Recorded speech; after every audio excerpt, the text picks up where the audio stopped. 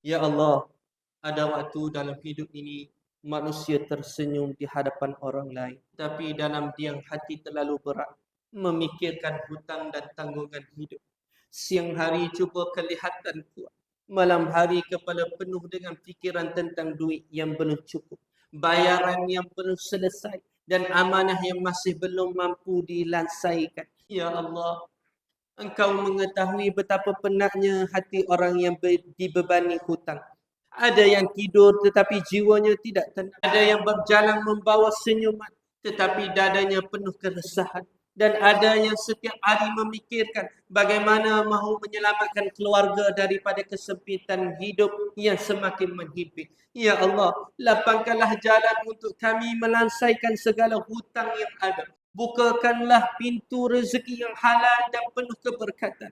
Jangan biarkan kami tenggelam dalam tekanan hidup sampai akhirnya hati kami hilang harapan kepada rahmat-Mu. Ya Allah, kalau hutang ini menjadi sebab hati kami sempit, maka lapangkanlah jiwa kami dengan pertolongan-Mu.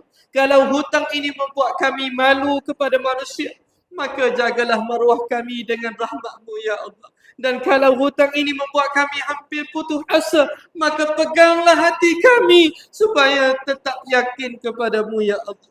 Ya Allah, jangan biarkan kami mati sebelum menyelesaikan amanah dan hutang kami kepada manusia. Kerana kami takut bertemumu dalam keadaan masih membawa hak orang lain yang belum disempurnakan. Maka mudahkanlah urusan kami, Ya Allah. Sebelum tibanya hari kami kembali kepadamu, Ya Allah. Ya Allah, ajarkan kami untuk hidup sederhana dan bersyukur dengan apa yang Engkau kurniakan. Jauhkan kami daripada sifat terlalu mengejar kemewahan dunia sampai akhirnya kami hidup dengan dalam beban yang tidak mampu dipikul. Dan jadikan kami hamba yang sentiasa berhati-hati dalam urusan harta dan amanah kehidupan. Ya Allah, kadang-kadang kami sudah berusaha sebaik mungkin, tetapi jalan keluar masih belum kelihatan. Maka pada hari Arafah ini kami datang membawa seluruh keresahan hidup kepadamu, Ya Allah.